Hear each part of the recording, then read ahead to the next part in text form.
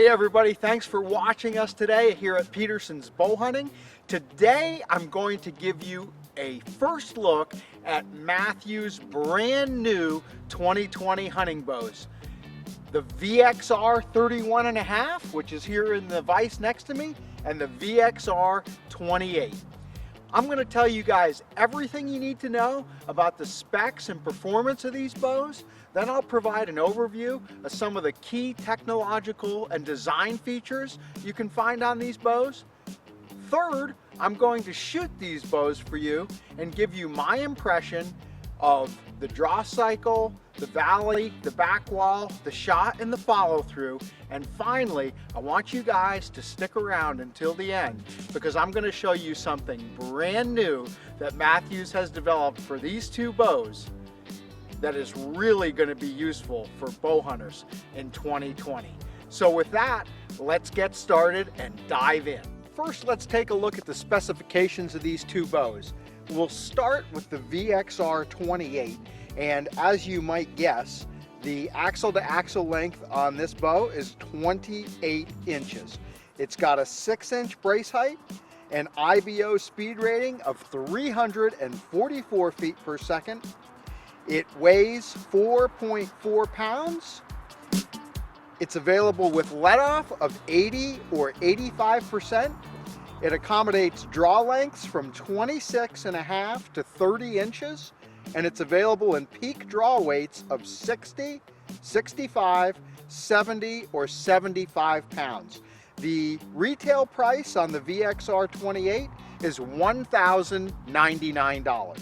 Next, for the VXR 31.5, here you're looking at an axle to axle length of 31.5 inches. It also has a 6-inch brace height, an IBO speed rating of 343 feet per second, and a physical mass weight of 4.66 pounds. The VXR 31.5 will accommodate draw lengths from 26.5 to 31 inches, and it's available with peak draw weights of 60, 65, 70, or 75 pounds. The retail price on the VXR 31.5 is $1,199. All right, next let's take a look at a few of the key features that you can find on the Mathews VXR. You know, Mathews is calling the VXR the most stable and stealthy hunting bow that they've ever made. And that's quite a claim considering the success that they've had the last couple years with the Verdicts and the Triax. But what they're saying about the VXR is this is really inspired by their target bow line. And what they've really tried to do with the VXR is bring a target bow shooting experience to a hunting bow platform. And one of the ways that they've done that is with this extended 6-bridge riser. As you can see in the back of the riser here, there's actually 6 different cutouts on the back of the riser. And what this bridging does is it helps to make the riser stronger, stable, for consistent shooting, but also to dissipate even more noise and vibration. Mathews on the cams here, if you want to kind of take a closer look here at this top cam, you can see that they're staying with their cross-centric cam platform.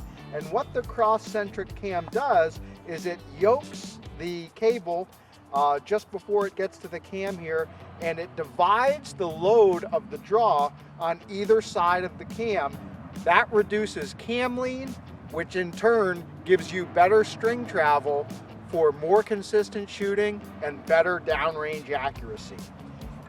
Something Mathews introduced last year, brand new, that's continued for 2020 is the Integrate Arrow Rest mounting system. So they've got a dovetail mount machined right onto the back of the rest here, or back of the riser rather, and that's designed to work with this Integrate Ultra Rest that they developed in partnership with QAD. Final thing I wanted to point out is the grip on the Mathews VXR, and this is the Engage grip platform. Mathews has designed this grip to fit shooters of all shapes and sizes to be really comfortable and to allow you to shoot the bow effectively with as little riser torque as possible. So next, I'm going to go ahead and shoot these two bows for you. I'll start out with the VXR 28, and then I'll shoot the VXR 31.5. I'll give you guys some impressions on what I think of each one of them, maybe how they're similar and how they differ a bit. So let's step over to the range. Okay, so now I'm gonna actually shoot these bows for you, and I want you to know that I literally took these bows out of the boxes a couple hours ago. I haven't shot either one of these bows. So what you're gonna see are the very first shots that I've ever taken with the Mathews VXR.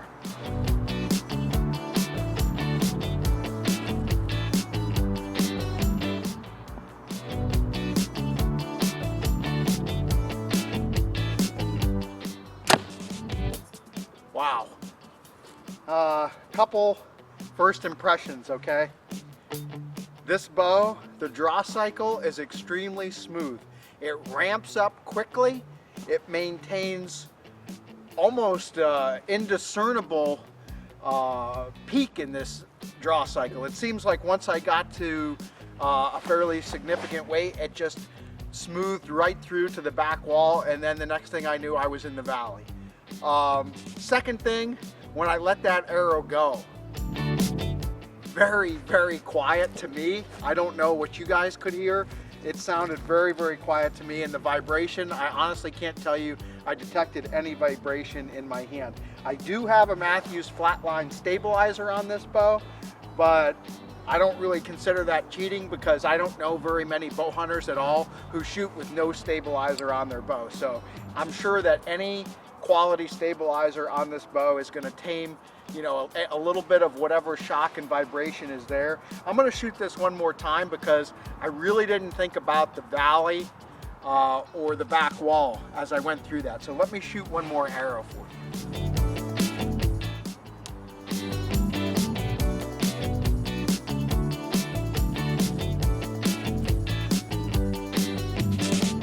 Okay, it's very comfortable at full draw, and I'm relaxing. I'm purposely relaxing here as I'm at full draw, and it definitely allows me to settle in really well. And the back wall, it's not rock hard, but it's not spongy at all. It has just the very, very slightest of give. And again, very quiet at the shot, and no discernible vibration in my hand. So that's just a first impression of the VXR 28. Now I'm going to pick up the VXR 31.5 and do the same thing. Okay, so now I've got the VXR 31.5. Now before I even draw this bow, the one thing that I definitely want to mention, first impression, okay, with both bows side by side, is I noticed the additional mass weight on this bow. The VXR 28 feels really light, especially with no accessories on it other than a stabilizer. The advertised weight between these bows is only about 1/4 pound difference, but it's just something that as I pick up this bow, I can definitely notice that. Now let me have you draw the bow for you and see if it feels a whole lot different from the 28. Again, just took these bows out of the box. This is my very first shot ever out of a Mathews VXR 31.5.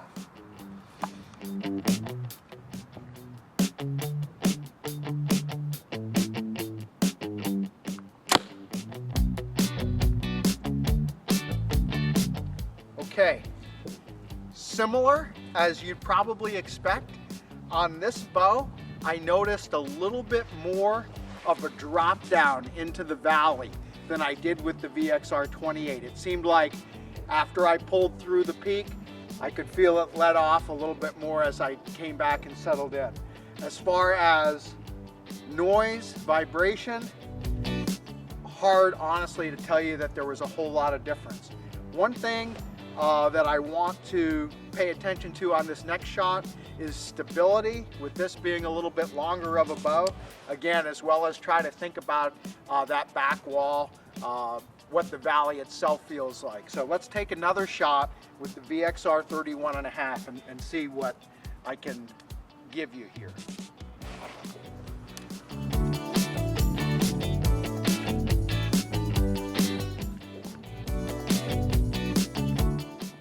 Definitely feel it drop down.